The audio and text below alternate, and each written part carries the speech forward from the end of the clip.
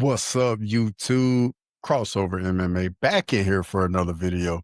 This Saturday, February 15th is UFC Vegas 102. This will be my full card breakdown and prediction. Timestamps will be in the description. Without further ado, let's get right into it. In the first fight, we have Julia Avila versus Jacqueline Cavalcanti. Avila's 36 years old, 9-3, 3-2 in her last 5 fights, coming off a submission loss 1 year ago. Avila lands 2.59 significant strikes per minute, absorbs 2.86. She has a 50% finish rate, and she's a plus 310 underdog. Cavalcanti is 27 years old, 8-1, 5-0 in her last 5 fights, coming off a decision win 4 months ago. Jacqueline Cavalcanti has been on a roll. She's on a 6-fight win streak. She's a striker with high volume and really good footwork. Avila hasn't won a fight since 2021, and she's on the wrong side of 35 as she's 36 years old. I think the lack of activity and age are going to be too much for her to get through Cavalcanti, so I'm going to go with Jacqueline Cavalcanti. In the next fight, we have Valter Walker versus Don'Tale Mayes. Walker's 27 years old, 12-1, 4-1 in his last 5 fights, coming off a submission win 5 months ago. Walker lands 1.86 significant strikes per minute, absorbs 3.16. He has a 62% finish rate and is a minus 180 favorite. Don'Tale Mayes is 33 years old, 11-7, 2-3 in his last 5 fights, coming off a decision loss 6 months ago. Mayes lands 3.51 significant strikes per minute, absorbs 3.79, has a 39% finish rate, and is a plus 150 underdog. Valter Walker showed a wrinkle in his game in his last fight. His offensive wrestling, it looked really good, and I can see it being a problem at heavyweight as there's not really too many grapplers at heavyweight, so I think he definitely can use that. Don'Tale Mayes is a southpaw counter striker. Doesn't really lead the dance, often fights off the back foot. Don'Tale Mayes has been in the UFC since 2019 and has 0 wins over anyone currently in the UFC. I'm going to go with Valter Walker. Don'Tale Mayes fights very uninterested, and Walker has that wrestling in his back pocket, and I think he's going to use that to get a win. In the next fight, we have Vince Morales versus Elijah Smith. Morales is 34 years old, 16-8, 4-1 in his last 5 fights, coming off a decision loss 4 months ago. Morales lands 3.98 significant strikes per minute, absorbs 4.48, has a 50% finish rate, and is a plus 190 underdog. Smith is 22 years old, 7-1, 5-0 in his last 5 fights, coming off a decision win 4 months ago.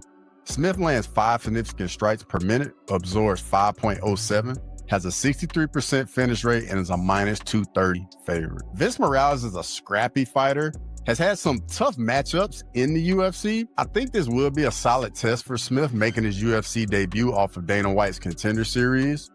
Elijah Smith is just that young, hungry, up-and-coming fighter. I think this will be a solid intro into the UFC for Smith. I think Morales' experience will make this a tricky fight for him, but ultimately, I'm going to go with Elijah Smith in his UFC debut. In the next fight, we have Gabriel Bonfim versus Khaos Williams. Bonfim is 27 years old, 16-1, 4-1 in his last 5 fights, coming off a decision win 6 months ago. Bonfim lands 5.78 significant strikes per minute, absorbs 4.38, has an 88% finish rate, and is a minus 225 favorite. Khaos Williams is 30 years old, 15-3, 4-1 in his last 5 fights, coming off a KO win 8 months ago. Williams lands 5.77 significant strikes per minute, absorbs 5.42, has a 50% finish rate, and is a plus 185 underdog. Gabriel Bonfim is a slick submission artist with a little power in his hands. Khaos Williams is an explosive striker with big power in his hands. I think this fight will be very dangerous for both men. If this primarily stays on the feet, I think Khaos will land something big and hurt Bonfim. I expect Bonfim to come in with a grappling game plan. If not, once he gets the taste of Khaos Williams' power, I think he's just going to go right to grappling. Khaos Williams does have an 80% takedown defense, so this won't be as simple as many people think. I'm expecting this to be a really good fight, but I'm going to go with Bonfim. Williams is very dangerous and can knock Bonfim out, so if that were to happen, it definitely would not surprise me. This is a tough one for me, as I've kind of been back and forth on it, but I ultimately just landed on Gabriel Bonfim. just think he has more ways to win. In the next fight, we have RaFael Estevam versus Jesus Aguilar. Estevam is 28 years old, 12 and coming off a decision win 1 year ago. Estevam lands 2.94 significant strikes per minute, absorbs 3.35, has a 58% finish rate, and is a -330 favorite. Aguilar is 28 years old, 11 and 4-1 in his last 5 fights, coming off a submission win 5 months ago. Aguilar lands 1.46 significant strikes per minute, absorbs 1.26. He has a 62% finish rate and is a +260 underdog. Estevam is a young, undefeated prospect coming off a win over Charles Johnson. That win has aged very well. Souza Aguilar on the other side is a slick submission artist. Estevam will enjoy a 6-inch reach advantage and is the better striker with higher output. 2025 has been the year for fighters to lose their oath, so Estevam could be another fighter to fall victim to getting their first loss this year. But I'm going to go with Estevam. I just think the output and the reach will be too much here. In the next fight, we have Angela Hill versus Ketlen Souza. Hill is 40 years old, 17 and 14, 3 and 2 in her last 5 fights, coming off a decision loss 5 months ago.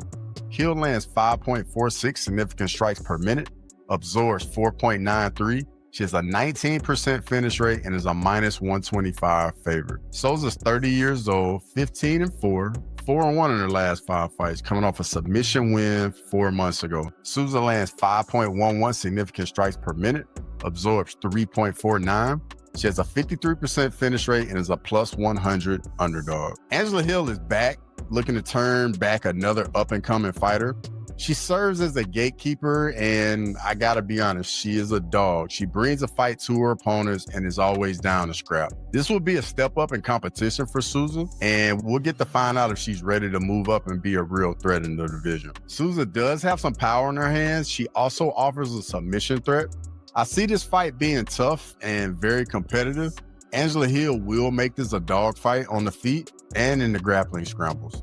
I think Hill's age will be a double-edged sword in this fight as she has so much experience, but naturally you slow down at 40. I think both women will have success on the feet, but Souza's shots will have a bit more power. I'm going to take the underdog here, and I'm going to go with Ketlen Souza. In the next fight, we have Conor Matthews versus Jose Delgado.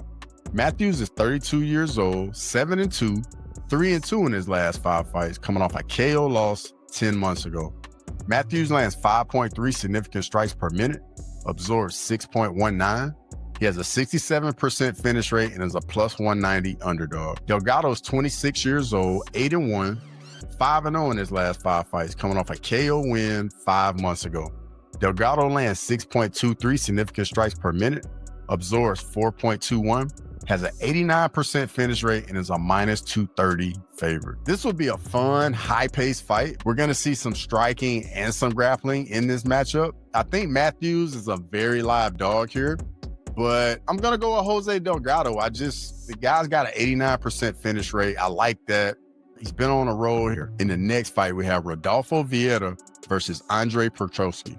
Vieira's 35 years old, 10 and 2, 3 and 2 in his last 5 fights, coming off a submission win 1 year ago. Vieira lands 3.19 significant strikes per minute, absorbs 4.6. He has an 83% finish rate and is a -215 favorite. Petrovski's 33 years old, 12 and 4, 3 and 2 in his last 5 fights, coming off a decision win 5 months ago. Petrovski lands 2.77 significant strikes per minute, absorbs 2.46. He has a 50% finish rate and is a +175 underdog. Vieira is a submission specialist that looks to get the fight to the ground to do his best work. Petrovski, on the other hand, is a wrestler who also looks to get the fight to the ground, but isn't the level of submission threat that Vieira is. This is a case of strength versus strength. Neither guy does much on the feet.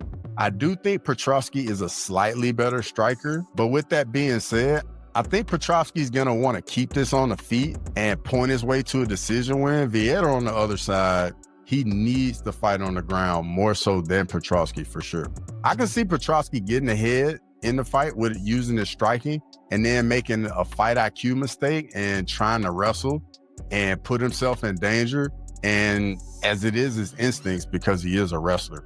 This is a very tough pick, as I've kind of been back and forth on this one, and I'm not very confident in it. I'm going to go with Rodolfo Vieira. In the next fight, we have Ismael Bonfim versus Nazim Sadykhov. Bonfim is 29 years old, 20-4, 4-1 in his last 5 fights, coming off a decision win 9 months ago. Bonfim lands 5.8 significant strikes per minute, absorbs 3.16. He has a 54% finish rate and is a -145 favorite. Sadykhov is 30 years old, 9-1-1. He's 4-0-1 in his last 5 fights, coming off a draw 1 year ago. Sadykhov lands 4.94 significant strikes per minute, absorbs 5.72. He has a 73% finish rate and is a +120 underdog. This is excellent matchmaking and what I think will be a very competitive fight. Bonfim is a powerful striker with some slick submissions up his sleeve as well. That's very tough. And I think this will be very close and very competitive. I think Bonfim won't be as careless as he's been in the past in his fights. This is another tough pick, but I'm going to go with Ismael Bonfim. I just think Sadykhov is one of those guys that's always competitive in his fights, but when he fights better competition, I just don't think he has enough to get over the hump. In the next fight, we have Edmen Shahbazyan versus Budka. Shahbazyan is 27 years old, 13-5, 2-3 in his last 5 fights, coming off a submission loss 5 months ago. Shahbazyan lands 3.77 significant strikes per minute, absorbs 3.9, has a 67% finish rate, and is a -285 favorite. Budka's 25 years old, 7-4, 2-3 in his last 5 fights, coming off a decision loss 5 months ago. Budka lands 1.07 significant strikes per minute, absorbs 1.69. He has a 27% finish rate and is a +230 underdog. Edmen Shahbazyan is still just 27 years old. He's gone through some growing pains in the UFC. I do think the losses are going to serve him well and give him opportunities to learn from them. Budka's on a 2-fight skid and winless in the UFC. He's very low output and will need to change this if he wants to give himself a chance at winning. Budka, in my opinion, is fighting to stay in the UFC, but I think Edmen Shahbazyan is going to get it done here. Budka just doesn't fight with enough urgency. In the co-main event, we have Cavalcanti versus Youssef Zalal. Cater's 36 years old, 23-8, 1-4 in his last 5 fights, coming off a decision loss 9 months ago. Cater lands 4.76 significant strikes per minute, absorbs 6.75, has a 42% finish rate, and is a +310 underdog. Youssef Zalal is 28 years old, 16-5-1, 5-0 in his last 5 fights, coming off a submission win 3 months ago. Zalal lands 2.84 significant strikes per minute, absorbs 1.71, has a 59% finish rate, and is a -400 favorite. Cavalcanti's on a 3-fight skid and on the wrong side of 35 at featherweight. I think this is a solid matchup for him, as Zalal is a dynamic striker, but Zalal does have some slick submission skills as well. He did turn back a surging prospect in Giga Chikadze in 2022. Perhaps he can do it again against Youssef Zalal. Zalal, on the other hand, he's on a 6-fight win streak, very well-rounded, and can win in a multitude of different ways. I think this fight will be very competitive on the feet, as I really like Cavalcanti's boxing. I think Kattar will get the better of Zalal on the feet, but at some point, Zalal is eventually going to get the fight to the ground. And I think Zalal's grappling will be the difference in this fight. So I'm going to go with Youssef Zalal. Before we get into the main event, like the video, subscribe to the channel, ring the bell for notifications so you never miss an upload. In the main event, we have Jarrett Cannonier versus Gregory Robocop Rodrigues. Cannonier is 40 years old, 17-8, 2-3 in his last 5 fights, coming off a decision loss 5 months ago.